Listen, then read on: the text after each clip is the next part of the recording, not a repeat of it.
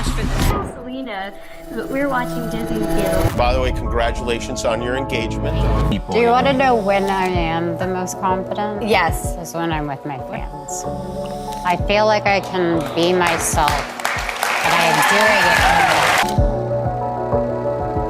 There's so much sexy in your relationship when it comes to talent. I can't even see straight. And is that a draw? May I ask? سلام، فاطیما هستم. به پیج من خوش اومدین. امروز قراره که توی یک ویدیو از مصاحبه واقعی سلنا گومز 3 تا عبارت کاربردی با همدیگه یاد بگیریم، گرامرشون رو بررسی کنیم، معنیشون رو یاد بگیریم و مهمتر از همه این که چطور از اونا توی امتحان توفل قسمت اسپیکینگ و رایتینگ استفاده بکنیم. بریم سراغ ویدیو. Yes, but I've always wanted someone that, or a partner that was driven in some aspect of their life. Didn't have to be what I was doing. I've always wanted. در این عبارت از ساختار present perfect استفاده شده. ساختار present perfect از have, has و شکل سوم فعل درست شده.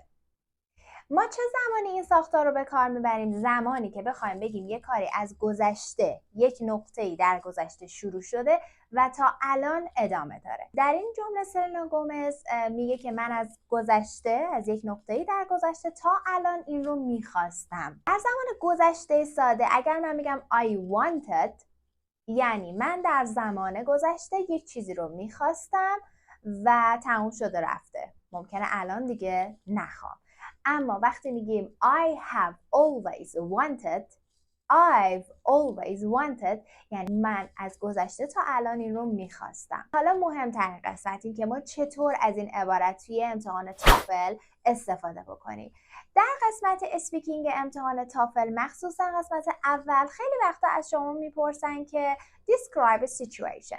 مثلا describe a goal you have always had. شما میتونید اینجوری جواب بدین. I have always wanted to study in another country because I enjoy learning about new cultures. Or a partner that was driven. کلمه بعدی driven یه کلمه خیلی قشنگ و قویه.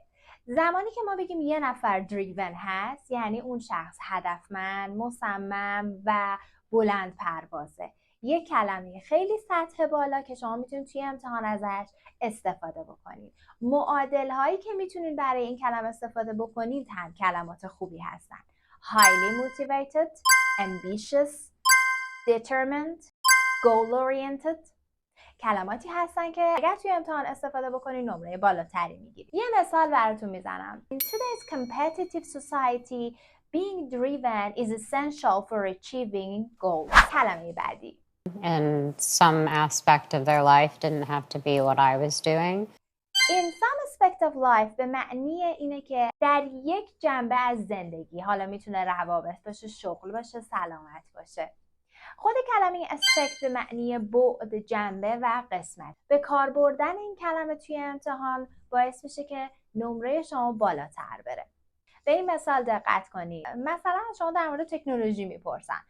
شما میتونید به این صورت یک جمله بسازید. Technology has improved many aspects of life such as communication, health and education. ممنون که تا اینجای ویدیو با من همراه بودین. اگر که از ویدیو خوشتون اومد لطفاً لایک کنین، کانال من رو سابسکرایب کنین و توی کامنت ها به هم بگین که به نظرتون کدوم عبارت کاربردی تره و آیا اینکه دوست دارین از مصاحبه سلبریتی ها نکاتی رو برای امتحانتون یاد بگیرین.